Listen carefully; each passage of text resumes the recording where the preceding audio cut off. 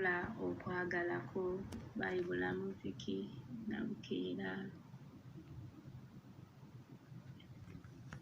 Nimwetegefu okola okwagalako, nimwetegefu okola okwagalako Mukama, nimwetegefu okola okwagalako, kubanga mwe muli emirembe, kubanga mwe mubeera essanyu, kubanga kwe kunywerera okwo kwe kutuwanguza Mukama, nimwetegefu okola okwagalako Mukama, nimwetegefu okola okwagalako. Naye munda munze waliwo ekinnyambadde, omwoyo w'okutya nnyambadde, okweraliikirira kungi, wemirooza ne mbitunuulira, ne nfumiitiriza Katonda wange,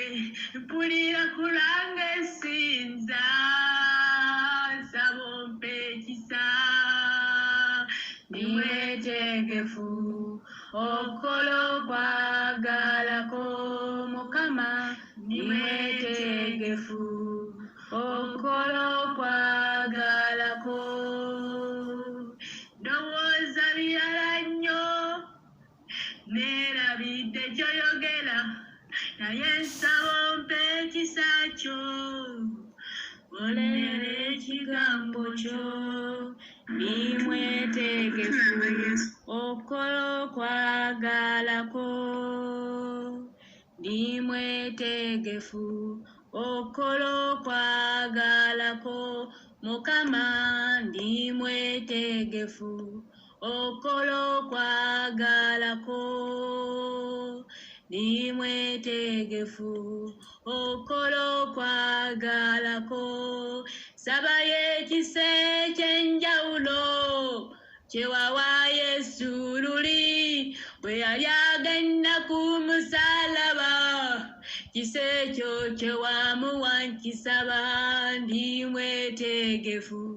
okola okwagalako, ndimwetegefu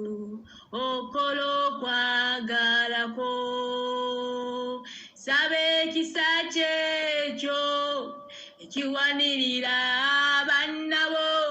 saba ekisa kyekyo kinnyamba ogondera ekigambo kyo. Ndimwetegefu okola okwagalako, ndimwetegefu okola okwagalako. Nze wendowooza nga nze bano okutya kungi, saba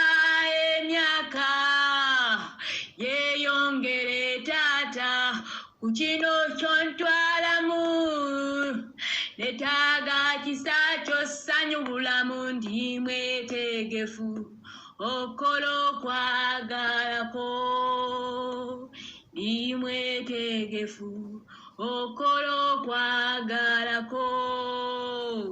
Saba otuwe ekisa kyo, otuwanirire ng'akaseera ako katuuse, obeere wakati waffe. Ndimwetegefu okola okwagalako, ndimwetegefu okola okwagalako, ndimwetegefu okola okwagalako. Mu byonna by'otessa nze ndi mwana taata, ndiwo okuwuliriza nakugondera, nakola ekyo ky'oŋŋambye, naye nsaba ekisa kyekyo. Ndimwetegefu okola okwagalako, ndimwetegefu okola okwagalako. Nyamba ndi mwetegefu okola okwagala konnyambako ndi mwetegefu ompanirire okwagala konnyambako ndi mwetegefu okola okwagala kompanirira ndi mwetegefu okola okwagala ko Jehova Ra ndi mwetegefu okola okwagala ko ndi mwetegefu okola okwagala ko Adonai wange ndi mwetegefu Master wange kwagala ko ndi mwetegefu okola okwagala ko Jehova Shama ndi mwetegefu olyo linange kwagala ko ndi mwetegefu omusumba wange kwagala ko Jehova Ra ndi mwetegefu okola okwagala ko ndi mwetegefu okola okwagala ko Jehova Jaira ndi mwetegefu okola okwagala ko Jehova Shalom ndi mwetegefu okola okwagala ko Jehova Nisi mwetegefu okola okwagala ko bendera yange ndi mwetegefu okola okwagala ko ndi mwetegefu okola okwagala ko Jehova Shalom Katonda w'emirembe nsaba obeere wamu nange ompe emirembe gyo munda mu mutima gwange wempulira nga siyinza kuwanirira obeere wamu nange ompanirire ompe emirembe gyo era ompe n'essanyu kubanga yiwa Jehova Ra oli musumba wange yonna gy'osalawo okubeeranga oyo kyoyagala mbe nga nkola endiga bagikutwala butwazi nange ndi mwana wo ompe ekisa omukyala oyo omuwe ekisa omwami oyo omuwe ekisa otuyambe tusobole okuba nga tugondera okwagala kwo kubanga ogaba kulembera omwoyo wa Katonda be baana ba Katonda sikyali ku lwange nti nja kukola bye nneetaaga wabula ndi ku lulwo okubanga gwanfuga gwe taata wange you are my master you are my Jehovah you are my Adonai yegwe master wange yegwe musumba wange Jehova Ra gwamanya obulamu bwange kubanga ogamba mu Yeremiya 29:11 nti oyina pulaani ennungi eri obulamu bwaffe tulinako ebirowoozo ebirungi so si ebibi meaning teri kyoleeta nga toyina nsonga ndi mwetegefu okukola okwagala ko wabula nsaba ekisa kyo nsaba n'emirembe gyo gibeerenga wamu nange Yehova Shama gwabeerawo era obeerewo mu byonna obeere wamu nange mu linnya lya Yesu toŋŋanya kubeerako kyenkola nga sigwa kiŋŋambye mpa ekisa gula amatu gange nsobole ng'okuwuliranga eddoboozi lyo kubanga ndi mwana ndiwo okuwulira ky'oŋŋamba ate era ompa ekisa n'okukigonderanga buli kiseera ompa ekisa n'okukiteeka mu nkola okukikola kubanga ly'essanyu lyo omwana oyo awulira n'agonda n'akola abeera mwana mulungi mu maaso ga Mukama njagala mbeera omwana omulungi oyo akula ate agondera bazadde be era akola ekigambo kye era nga yegwe muzadde wange asinga yegwe muzadde wange amanyi obulamu bwange yamanya nga asinga bakuzaalibwa teri kyoteekateeka nga toyina nsonga nange neewaayo okukola buli kimu kyoyagala mbe nga nkola kasita obeera wamu nange kasita onkulembera omwoyo wa Mukama kanfata wange herepa wange gaida wange tisha wange advocate wange obeere wamu nange convictor wange onyambe mu byonna omere onyambe mere okubaamu okwemulugunya mere okukola ebyo ebitasaana mu maaso go tuula munda munze mu mutima ogamba tunyikirengayo nnyini okuuma omutima gwaffe kubanga mwe muva ensula ez'obulamu nyambo ojje mu byonna ebibadde biteekamu ensula enkyamu oteekemu ompe ekisa muveemu ensula ez'obulamu ebigambo ebirungi ebigondera eddoboozi lyo mu linnya la Yesu Kristo omwana wa Katonda omulamu nyongera okonga munda mu ggwe buli mbeera zonna zaanukuza omuliro ompe ekisa okutambuliramu naawe makubo gange obulamu bwange obw'omukyalo oyo obw'omwami obw'abantu bange bonna tubuteeka mu maaso go embeera ezitujja okwagala okutujja ku mulamwa zaanukuza omuliro ebitambula ku mirimu gyaffe mu byonna Mukama byanukuze omuliro gwo mu linnya lya Yesu bange ekigambo ky'ogamba si muliro si nnyondo meaning ekyokyayo kyebyo ebitali bya Bwakatonda agalowoozo agakyafu byonna nange kinnongoose munda mu nze sobole okubeera omwana omulungi kubanga ogamba obwakabaka bwa Katonda babutwala nakuwaguza nekkuba erigenda mu ggulu funda n'abalira babeera batono mbeeremu abagenda okubeera nga baliraba n'omwami wange n'abaana bange ezzadde lyange n'abantu abo buli omu gwe wadde ekisa kyasobola okubeera ng'alaba mu linnya lya Yesu tolemanga kunnenya kubanga ogamba gw'oyagala gw'onenya ndi mwana ndi mwetegefu okukola ekyo ky'oyagala kasita ompa ekisa kyo n'obeerawo n'entambulamu naawe ng'ewatambulamu ne Yesu Kristo Mukama nange obeere wamu nange nteekateeka nga omwana wo Mukama onyambe neme okubanga nva mu kkubo lyo mu linnya lya Yesu Kristo amalala okwenyumiriza bonna obuzi obwambala abaana ab'obuwala obunyambule kyokka ate n'oyampuliriza oba mulenzi oba muwala naye obumwambule so okubeera nga tubeera abaana abalungi mu maaso go otuwe ekisa okukola ekigambo kyo kubanga oyogera mu Yokaana 3:8 ng'olaga nti nno omwoyo wa Katonda ng'embuyaga gyegenda oba empewo era gyekuntira meaning omwoyo omutukuvu gy'atutwala naffe tuli bwe tutya abaana bo nti yonna gy'otutwala tulina kubanga tugonda bugonzi ne tugondera ekigambo kyo nange mpa ekisa ekyo mu linnya lya Yesu Kristo omwana wa Katonda omulamu mwensabidde byonna era nga mwenzikiriza Taata n'ebyo bye nasaba mu maaso go nga njagala bituukire eri obulamu bwange nga oba chansi zajja ne ziyitawo olw'obugayaavu oba olw'obusiru bwe nayinanga kubanga oyogera mu ngero 6 nti genda era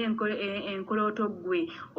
jawa obugayaavu genda era enkoloto ggwe ddomu amagezi meaning nawe nali nga siina magezi nga nkola ku lwange naye kati engeri gy'oyingidde mu nze nga wogera mu Yokaana 15:7 nti wobeera mu nze ekigambo kye kibeera munda mu nze nawe obeera mu nze nkakasa nti amagezi kati gali munda mu nze nyamba kati okola ebyamagezi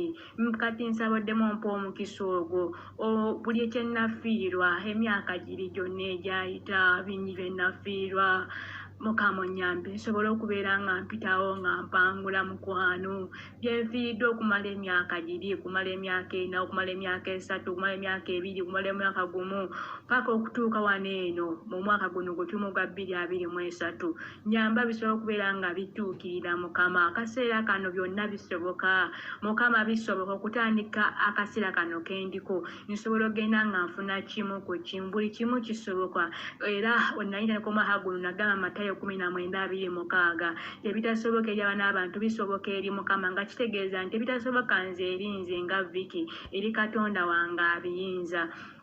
era n'ogamba mu Yeremiya 3:27 n'ogamba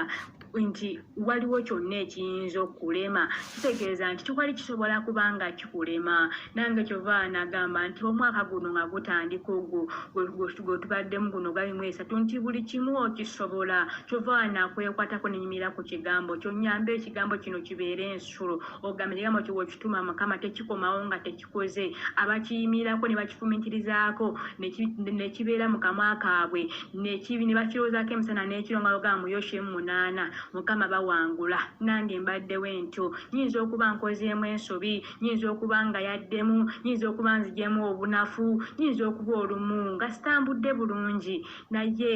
mujjukirako ebirungi ebyo byobireke mukwano nga oyogera mu Koseya 14 olunyiyo olwokubiri ate era n'ogamba mu Proverbs 3:5-6 olunyiyo natambulemu olulala nti weesige Mukama kati n'omutima wo gwonna tatanze nkwesize nyinza okuba bingi byenguddemu lose zenguddemu nnyingi biki byonna byenkoze naye era nsigadde nkyakwesiga nkyalina essubi munda mu ggwe era nnyongera okwatula makubo gange ogenda okukwasa byonna pulaani zange zonna buli kimu byonna bye wateekateeka byewanika mu kitabo nga birina okuba nga bikolebwa nyongera okuba nga nze mbikwasa nzikiriza nti ewali ggwe nja kuyitawo nja kuwangula